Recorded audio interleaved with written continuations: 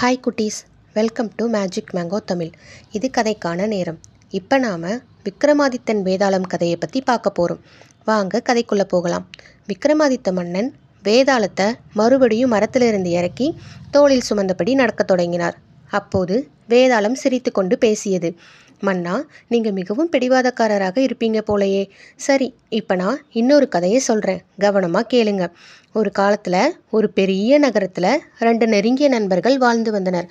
ஒருத்தரோட பேர் அருணன், இன்னொருத்தரோட பேர் வருணன். 2 பேரும் சின்ன வயசுலேருந்து ஒன்றா வளர்ந்த நண்பர்கள். ஒரு நாள் அவங்க 2 பேரும் ஒரு அடர்ந்த காட்டின் வழியாக வேற ஒரு ஊருக்கு போயிட்டு இருந்தாங்க.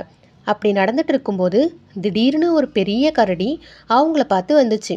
அருணனுக்கு மரம் ஏற தெரியும், ஆனால் வருணனுக்கு தெரியாது. கரடியை பார்த்ததும் அருணன் தன்னை காப்பாற்றிக்கிறதுக்காக மரத்தில் வேகமாக ஏறிக்கிட்டாரு. வருணன் மட்டும் தனியாக கீழே நின்னாரு. என்ன செய்யறதுன்னு தெரியல. உடனே தரையில் படுத்து மூச்சு அடக்கிக்கிட்டாங்க. கரடி பக்கத்தில் வந்து அவரையே பார்த்துட்டு இருந்துச்சு. கொஞ்ச நேரம் கழிச்சு, சரி அவர் இறந்து போயிட்டார் போலன்னு நினச்சி அங்கேருந்து அது கிளம்பிருச்சு. கரடி போகவும் மரத்தில் இருந்த அருணன் கீழே வந்தார். சிரித்துக்கிட்டே கேட்டார், நண்பா, கரடி உன் காதில் என்ன சொல்லுச்சுன்னு.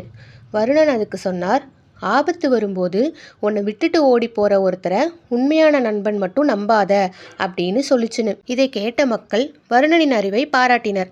இப்போ வேதாளம் மன்னனை பார்த்து கேட்டுச்சு, மன்னா, இந்த இருவரில் உண்மையான நண்பன் யாருன்னு. மன்னர் சிறிது நேரம் யோசித்தார். அப்புறம் கூறினார், உண்மையான நண்பன் வருணன் தான். ஏன்னா அவர் தனது நண்பனை ஒருபோதும் கைவிடவில்லை.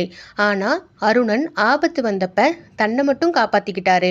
நட்பின் உண்மையான மதிப்பு நம்ம கஷ்டப்படுற நேரத்தில் தான் தெரியும்னு.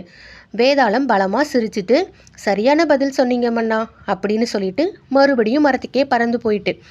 இந்த கதையில இருந்து நாம் இப்போ கற்றுக்கிட்டது என்னென்னா, உண்மையான நண்பன்கிறவங்க மகிழ்ச்சியில் மட்டும் அல்லாமல் நம்ம கஷ்டத்துலேயும் நம்ம கூட இருப்பவங்களே. வேதாளம் ஏன் இப்படி ஒவ்வொரு தடவையும் தப்பி போகுது? அடுத்த புதிர் இன்னும் கஷ்டமாக இருக்குமா? அதை நம்ம அடுத்த வீடியோவில் பார்க்கலாம்.